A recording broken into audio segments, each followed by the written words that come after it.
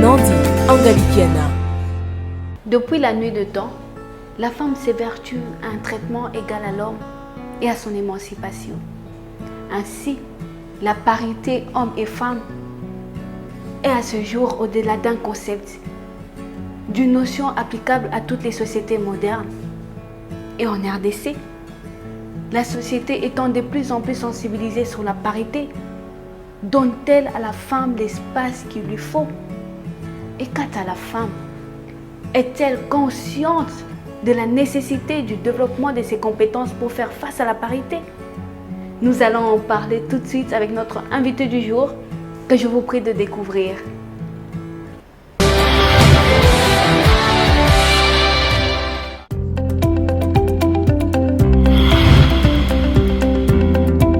Bonsoir madame. Bonsoir Nandi. Faites-nous l'honneur de vous faire découvrir auprès de nos téléspectateurs. Voilà, je m'appelle Guéda Yav Amaniwist. Je suis pilote sur Airbus A320. Je travaille chez Congo Airways. Je suis pilote depuis 10 ans.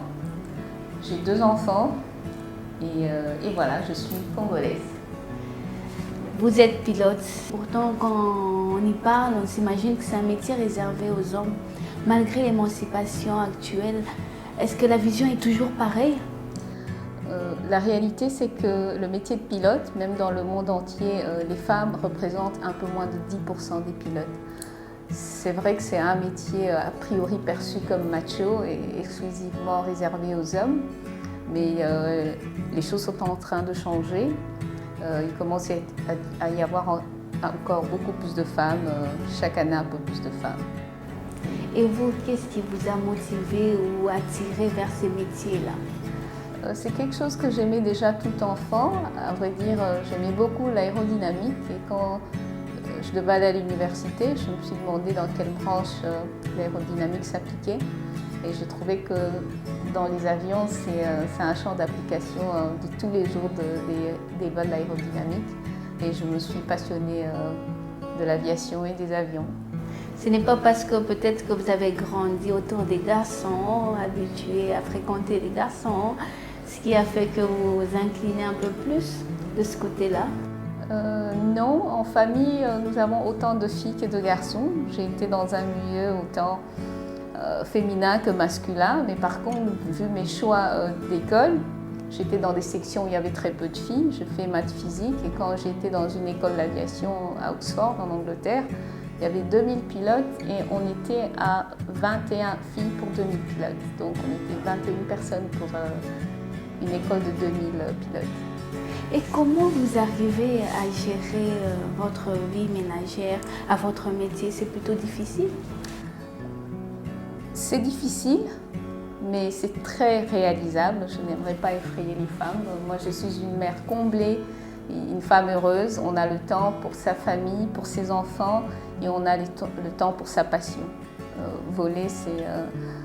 si je ne vais pas en vol, même mes enfants me demandent « Mais maman, qu'est-ce qui se passe? Pourquoi tu ne vas pas travailler ?» Vous avez le temps de s'occuper au moins aussi de vos enfants? Bien vous sûr. volez 7 jours sur 7 ou vous avez au moins une journée en semaine pour s'occuper de votre famille? En fait, on a des limitations par semaine. On ne peut pas voler plus de 35 heures. Mais il faut comprendre qu'ici au Congo, pour 4 heures de vol en l'air, on preste parfois 10 heures. Parce qu'on nous prend tôt pour arriver à l'aéroport, préparer le vol, arriver en escale, finir le vol et puis revenir à la maison. Parce qu'un vol, souvent, on nous prend 2 heures avant le décollage. On a du travail en amont, donc ça prend beaucoup d'heures. Mais en semaine, généralement, on ne travaille que 5 jours sur les 7. Et ce n'est pas défini quel jour on travaille aussi en week-end. Par exemple, aujourd'hui, je reviens de Goma. Mais je sais que de la semaine, j'aurai mes 2 jours de repos. Et tous les soirs, je rentre à la maison. Et j'ai même le temps pour cuisiner parce que j'aime bien cuisiner. Donc ça n'enlève en rien à ma féminité. Donc vous avez quand même le temps pour passer avec vos enfants, votre famille? J'ai du temps pour ma famille, pour mes enfants, même pour mes hobbies, pour des activités sociales aussi, on a le temps. Mais ce qu'il faut savoir, c'est qu'être pilote demande une certaine dédication de son temps et de sa façon de vivre. Il y a une hygiène de vie à respecter. Par exemple, si on commence à 5h30, on se lève à 4h30. Si on se lève à 4h30, on essaie de se coucher à 22h minimum. Et on essaie de réviser un peu ses cours, préparer son vol. C'est une façon de vivre qu'il faut aimer pour pouvoir s'épanouir en le faisant. Il y a quand même des parents aujourd'hui chez nous au Congo qui continuent à croire ou à penser que être pilote, comment vous appelez ça déjà? Une femme pilote? C'est une femme pilote. Le pilotage n'est pas exclusivement réservé aux hommes parce que ce qui fait voler la machine, c'est vraiment pas nos bras. Moi, je vole un avion qui a 78 tonnes. C'est vraiment pas la force des bras, c'est tout dans l'intellect. Que diriez-vous alors à ces parents qui continuent à croire que c'est un métier réservé aux hommes et ils ne donnent pas l'opportunité à leurs filles de réaliser leur rêve? Je dirais aux parents, vraiment il faut encourager vos filles, nos filles, quand elles veulent devenir pilotes. Même si on pense que c'est inaccessible, il ne faut pas tuer le rêve dans l'œuf, il faut les laisser rêver. Moi, je me rappelle quand je voulais être pilote, je savais l'adversité que mon désir allait rencontrer. Alors, je n'en ai parlé à personne. J'ai d'abord été faire mon pilote privé à Charleroi. Je ne l'avais dit qu'à mon mari. Et à tout le monde, je n'avais rien dit parce que je savais les commentaires que j'allais rencontrer. Quand j'ai fini mon pilote privé et que j'ai vu que j'avais très bien travaillé, j'ai commencé à en parler. Mais les gens me disaient, mais quand est-ce que tu auras le temps de t'occuper de la famille? Mais je n'ai pas écouté tout ça. J'étais très consciente de l'opinion négative dans le subconscient de l'environnement familial. Mais je pense qu'il faut vraiment encourager une fille qui veut devenir pilote. Il faut lui donner toute l'aide qu'elle a besoin pour y arriver.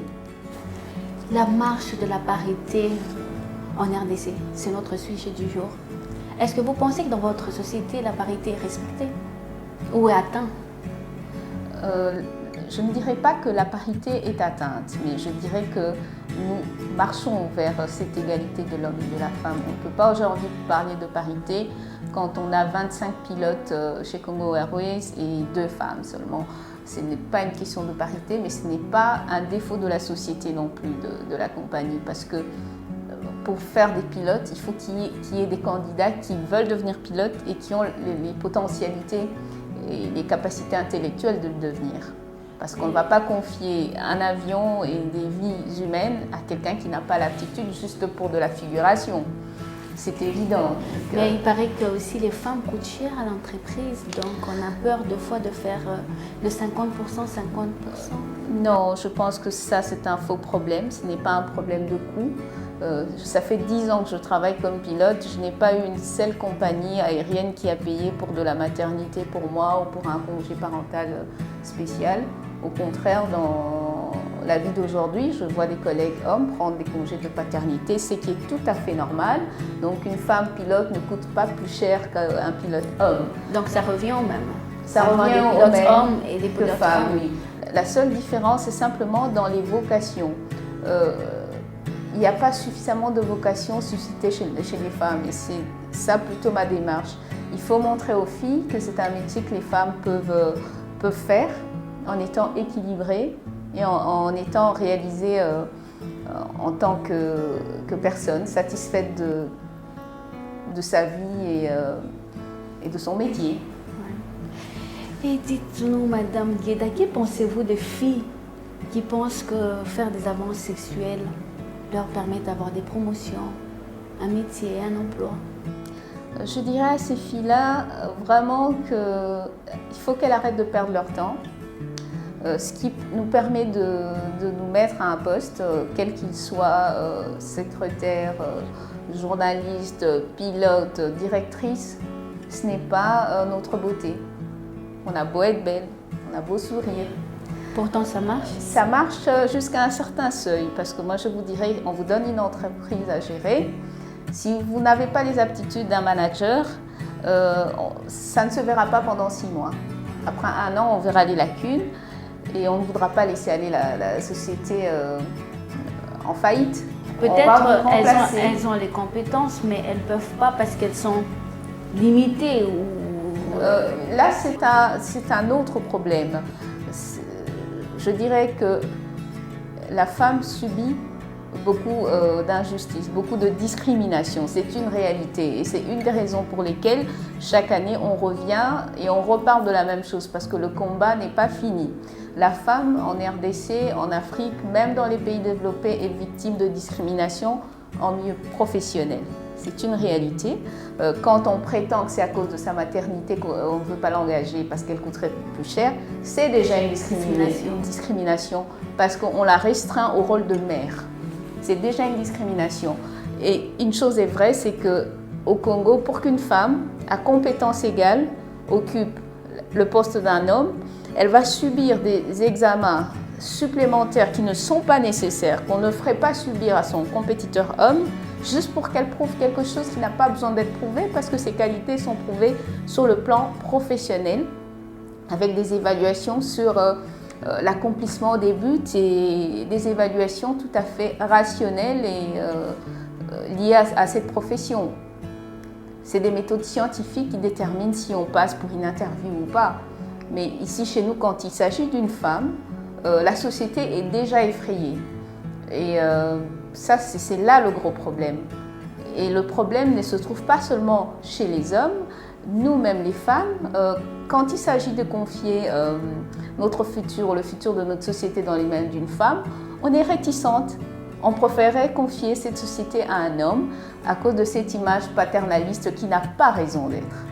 Et ces femmes qui ne se font pas confiance mutuellement? Moi, je leur dirais, regardez autour de vous, regardez autour de nous. Il y a toujours une autre femme forte qui nous donne envie d'aller plus loin. Moi, quand je regarde dans la société congolaise, j'ai rencontré des féministes qui m'ont donné envie de me battre. J'ai rencontré des féministes à l'étranger qui m'ont donné envie de continuer à avancer. Même quand personne ne croit en vous, si vous-même vous croyez en vous-même, donnez-vous une chance d'essayer au moins d'être le candidat. Avez-vous déjà pensé une fois à créer une association pour encourager les femmes qui sont discriminées, les femmes qui sont délaissées, abandonnées, qui n'ont pas confiance en elles? Bien sûr, et déjà depuis quelques années, j'ai fait quelques activités dans le social. Pour parler aux filles spécialement, j'aime bien parler aux filles qui terminent les secondaires parce qu'elles vont devoir s'orienter à l'université. Et j'aimerais qu'elles puissent choisir des filières en rapport avec leurs capacités réelles, pas des filières qui sont en rapport avec ce qu'on appelle expectation en anglais, les aspirations de leurs parents. Parce qu'un parent se dira, peut-être que faire, je dirais, tel métier qui a l'air plus féminin pour ma fille lui permettra d'accéder au milieu professionnel plus rapidement. Mais si on regarde sur le long terme, des études, je dirais, poussées, que ce soit en droit ou en économie ou en aviation ou dans un autre métier qui pourrait prendre 5, 6 ans, 7 ans, déboucherait à une position beaucoup plus stable. Donc il ne faut pas avoir peur d'étudier autant d'années parce que même dans la vie de tous les jours, la femme, c'est elle qui travaille à la maison, même si c'est faire des vaisselles ou cuisiner. À la fin, elle travaille toute sa vie. Donc, autant travailler pour quelque chose qu'on aime que de se confiner aux tâches ménagères ou à un métier qu'on n'aime pas tellement. C'est le 8 mars, la journée internationale de la femme. Souvent, chez nous, je ne sais pas si c'est par tradition ou par habitude, les femmes se mettent en disco. Tiens, je voulais dire en pagne. Oui. Hein? Selon vous, pensez que c'est la culture ou c'est l'habitude ou tout simplement c'est pour nous démontrer femmes? Je pense que c'est culturel, c'est quelque chose qui est propre au Congo et je pense que c'est une bonne chose. Chaque fois qu'on se sert d'un symbole pour célébrer la femme ou pour rappeler cette lutte de la femme pour l'égalité des sexes, c'est déjà un pas, c'est une chose à encourager. Mais au-delà de l'accoutrement? Au-delà de l'accoutrement, comme je dis, l'accoutrement ce n'est qu'un symbole. La vraie lutte, c'est dans la vie de tous les jours.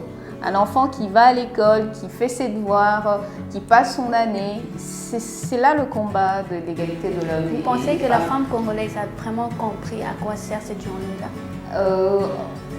Je veux vous décevoir, malheureusement, hein. la majorité des femmes ici n'ont pas envie de se battre pour cette égalité. Elles pensent que c'est quelque chose qu'on va nous donner sur un plateau, mais moi ce que je dis, on vient d'une position où on était relégué comme étant inférieur. Pour nous imposer en tant qu'égal de l'homme, il y a un combat à mener. Nous ne sommes pas en guerre avec les hommes, nous travaillons ensemble pour l'émancipation de l'humanité. Mais c'est une lutte de tous les jours. Il faut accepter de céder face à certains préjugés, enfin d'abandonner certains préjugés. Quand je dis céder, c'est pas céder, c'est abandonner certains préjugés. Par exemple, quand dans une famille, il y a des problèmes financiers et qu'on pense que sur les 4 enfants, il faut juste scolariser 2, ben, les filles seront sacrifiées. Parce qu'on pense que non, ben, leur intelligence se termine dans la casserole. Ou elles ont encore beaucoup plus de chances de trouver un homme et de la caser. Le mariage, justement, c'est une très bonne chose, mais le mariage n'est pas une finalité. Ce que j'aimerais dire aux femmes, on a toute la vie pour se marier, pour trouver l'amour de sa vie. Mais un métier, on n'a qu'une période spécifique de notre vie pour l'apprendre et l'acquérir.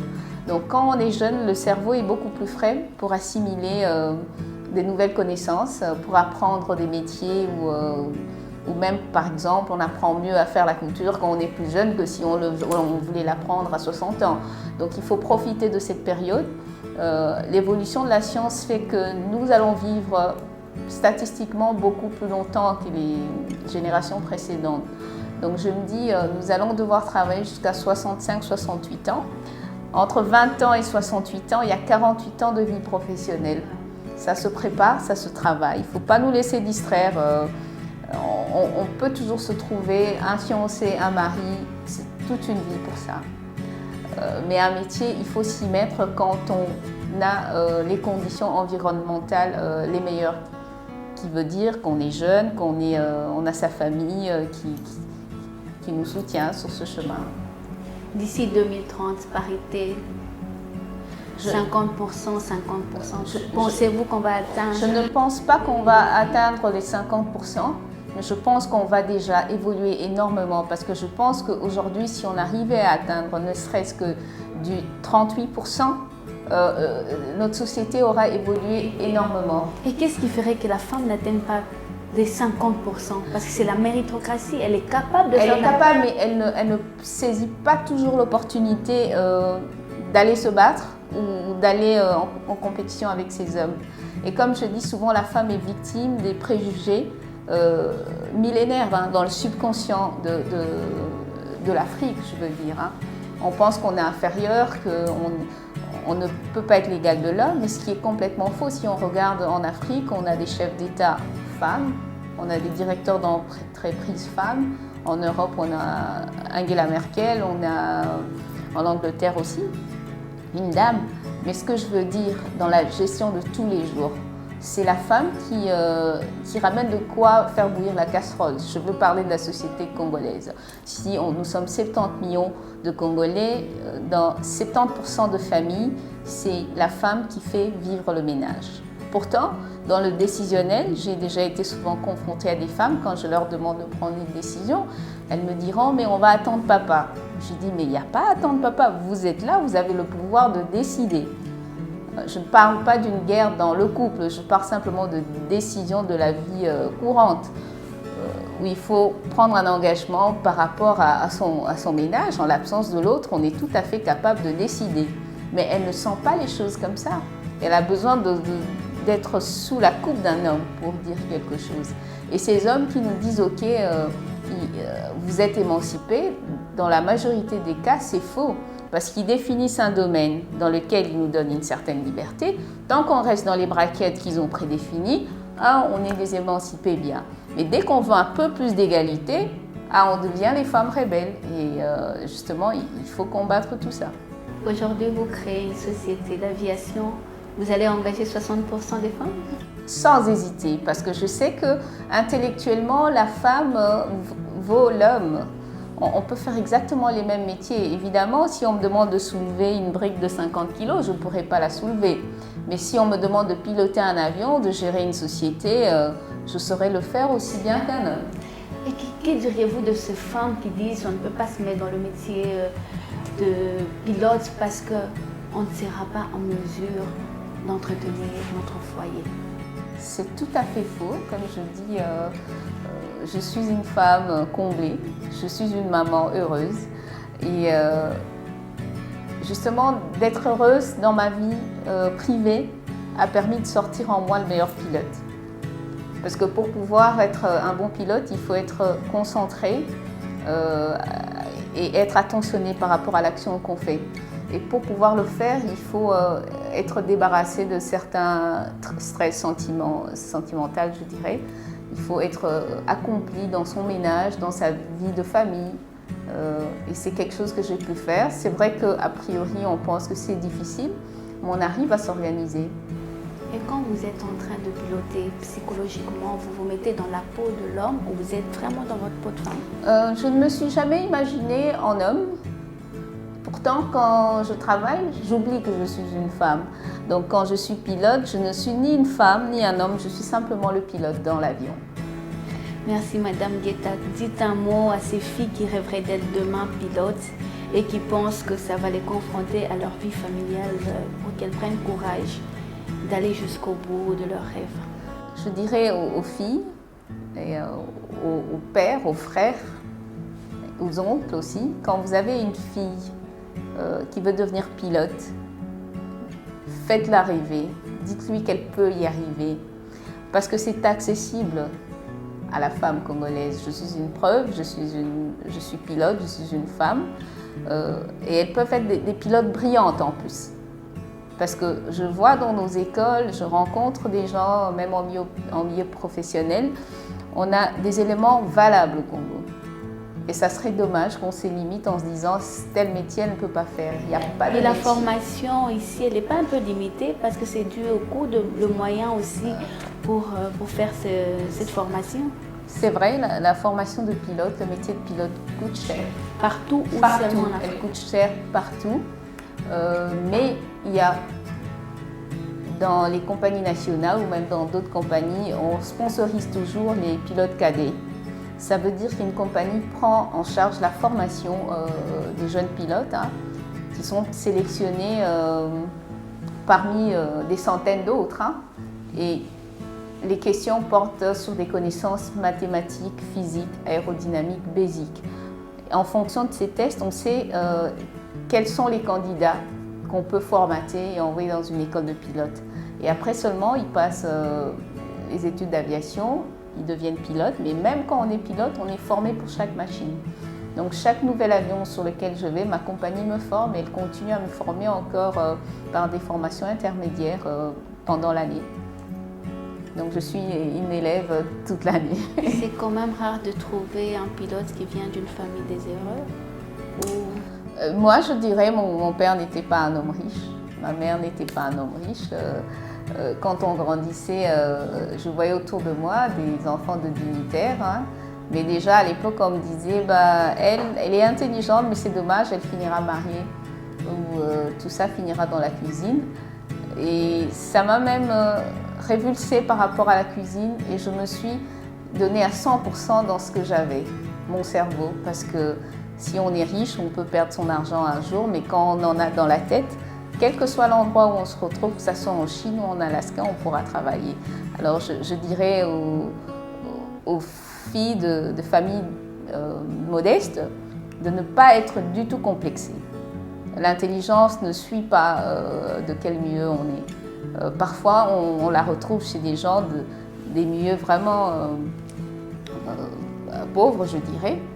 Mais il ne faut pas s'arrêter, il faut continuer à aller à l'école, il faut continuer à se former. Et même si on a l'impression qu'on n'aura pas les moyens pour la formation, il faut continuer parce qu'à un moment ou à un autre, il y aura peut-être une opportunité de formation et il faut être prêt ces jours-là pour la saisir. Mais si on l'avait abandonnée avant, on ne pourra pas la saisir. Merci beaucoup Madame Guetta d'avoir accepté de partager avec nous votre expérience. Et nous espérons vous revoir très bientôt. Juste un dernier mot. C'est vrai, je vais susciter des vocations dans le métier de pilote, dans d'autres métiers. Je ne dis pas que toutes les femmes doivent être pilotes. Mais je dis qu'une femme, quand elle sent d'elle-même qu'elle veut devenir, je dirais, médecin ou cheminot ou géologue, on est la première personne à ressentir ce qu'on veut devenir. Justement. Il faut avoir de l'écoute pour ça. Il faut nourrir cette fibre qui est en train de naître parce que quand on ne la nourrit pas, elle finit par s'étouffer. Et il ne faut pas avoir peur, rien n'est impossible.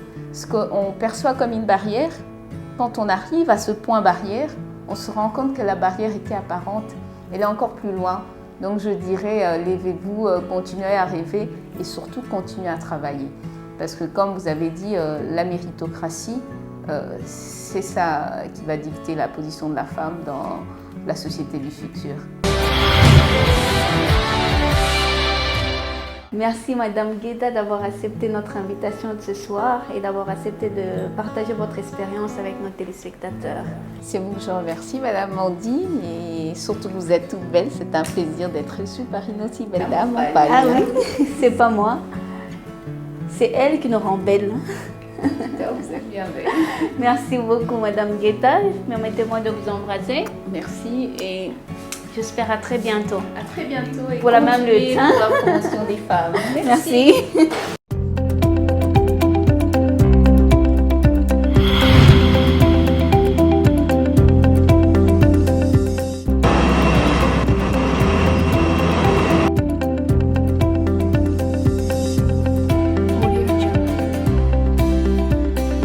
Bonjour.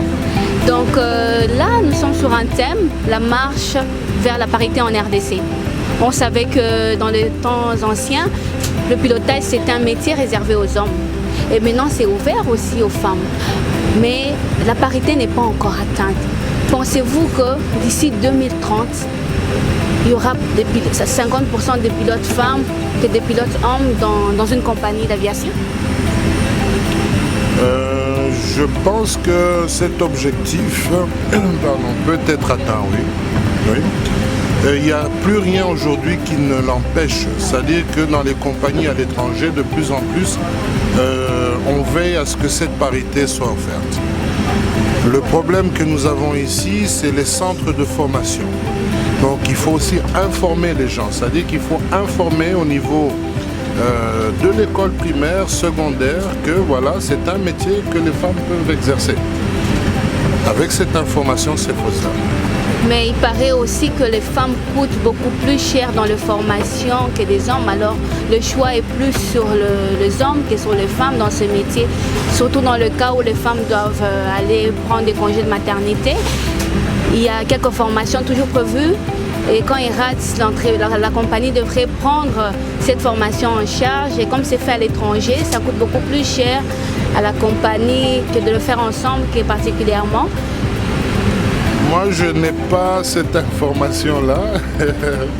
Et je vous signale quand même que j'ai été directeur de la formation. Une femme ne coûte pas plus cher qu'un homme. Voilà. Les congés, c'est un droit légal, tout le monde a droit à des congés. Donc, voilà. Et pour toujours les femmes, vous pensez que d'ici peu, votre compagnie aussi va commencer à organiser des recrutements déjà dans des formations de pilotage pour motiver plus les femmes à...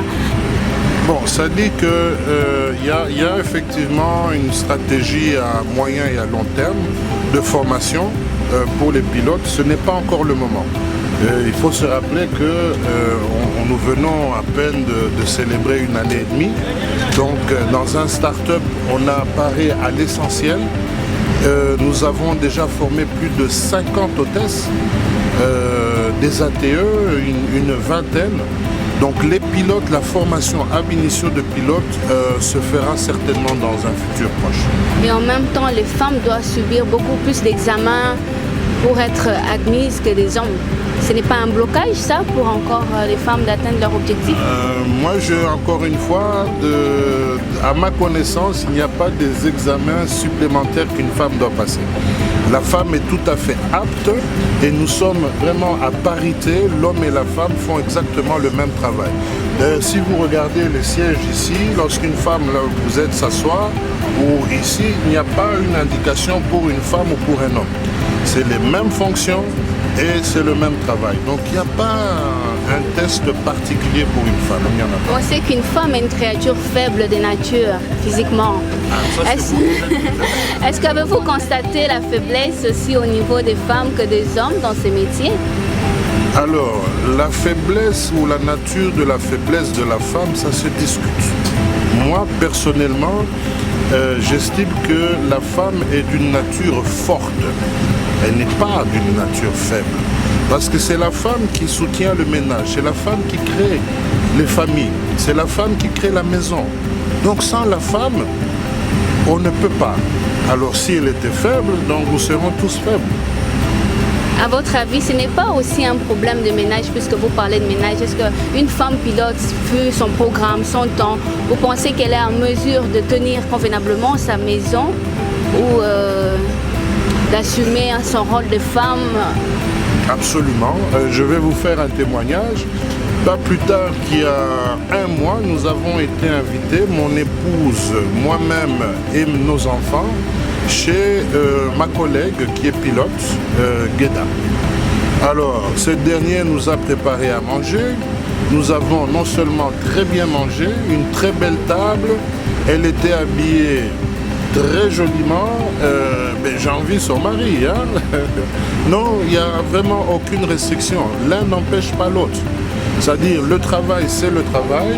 Et une fois qu'on est dans sa vie privée, eh bien, on fait ce qu'on a à faire. Il n'y a pas d'incompatibilité.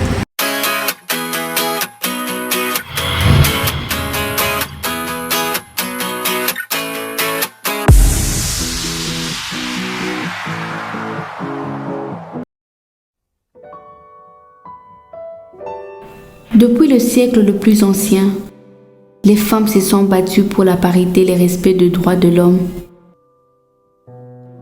Nous nous souvenons de ces révoltes de 129 travailleurs de Washington, brûlés vifs parce qu'elles réclamaient que les salaires entre hommes et femmes soient le même pour un même travail.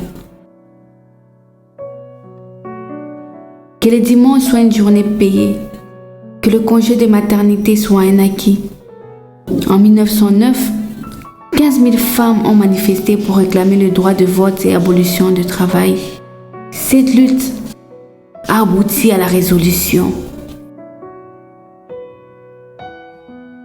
1325 du Conseil de sécurité en 2000, déclarant qu'il n'y aura pas la paix au monde sans la parité. Femmes congolaises, où sommes-nous aujourd'hui avec cette lutte? D'ici 2030, atteindrons-nous cette vraie parité 50-50? La lutte semble être encore rude, car la femme doit prendre conscience de sa lutte. Certains éléments négatifs de nos traditions doivent être éliminés. Chaque famille doit faire preuve d'égalité des chances entre filles et garçons. Les institutions publiques et privées doivent promouvoir la femme tant au niveau de ses droits qu'au niveau des renforcements de ses capacités. Avec la parité 50-50, les compétences de femmes ajoutées à celles des hommes bâtiront un monde meilleur.